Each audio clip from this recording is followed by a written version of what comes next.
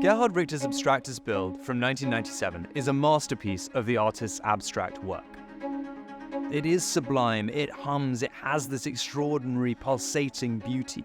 It's a towering cliff face of pure colour that envelops the viewer as you approach it.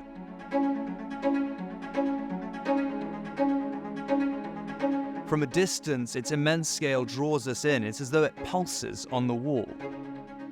This is akin to what Mark Rothko sought to accomplish with his abstract paintings, so that the viewer would come so close that they had nothing in their peripheral vision except for this expanse of colour, and the emotive power of the colour was amplified by that proximity.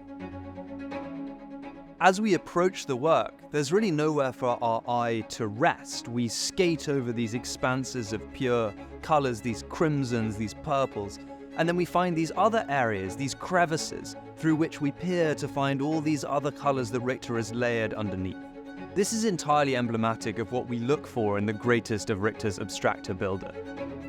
The process of looking is almost archaeological. The more you look, the more you see, and there's a tremendous reward to be given from spending time with this painting.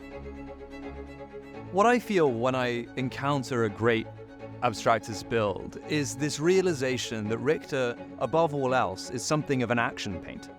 We think of Pollock dancing around the canvas with his drip paintings. We think of Kazuo Shiraga slipping his feet through piles of wet paint. We think of Yves Klein dragging heavy bodies across the surface of the canvas to create those impressions. And with Richter we see this ghost of motion, this echo of effort. The process of creation for a work such as this one is so physical. These immense canvases and immense squeegees and piles of paint are manipulated across the surface of the canvas, and it's only the slippages of his hand or inconsistencies of pressure that unveil these strata of paint that lie beneath. Rather than using a stretched canvas, Richter worked on a 10-meter wide stretch of canvas that he tacked directly to the wall behind. This lends the painting a very specific texture. It is almost buttery. It has more of the de Stahl than the Shiraga. It's more like a stucco or like a fresco, with nevertheless the luxurious sheen of oil paint.